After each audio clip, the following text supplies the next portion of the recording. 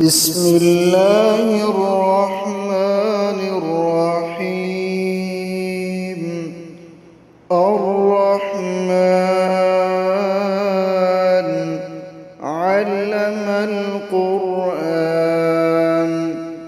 خلق الإنسان علمه البيان الشمس والقمر بحسبان والنجم والشجر يسجدان والسماء رفعها ووضع الميزان ألا تطغوا في الميزان وأقيموا الوزن بالقسط ولا تخسروا الميزان والأرض وضعها للأنام فيها فاكهة والنخل ذات الأكمام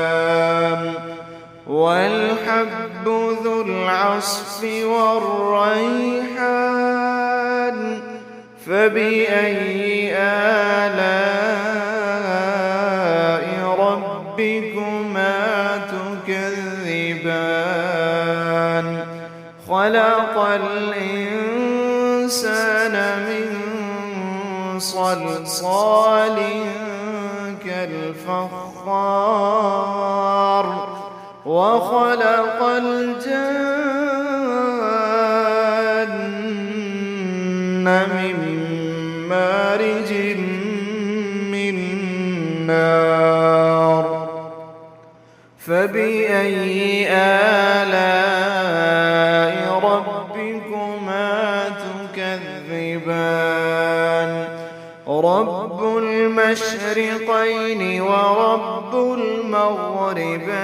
المغربين فبأي آلاء ربكما تكذبان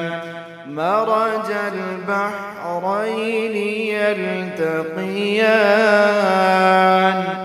بينهما برزخ لا يبغيان فبأي آلاء ربكما تكذبان يخرج منهما اللؤلؤ والمرجان فبأي آلاء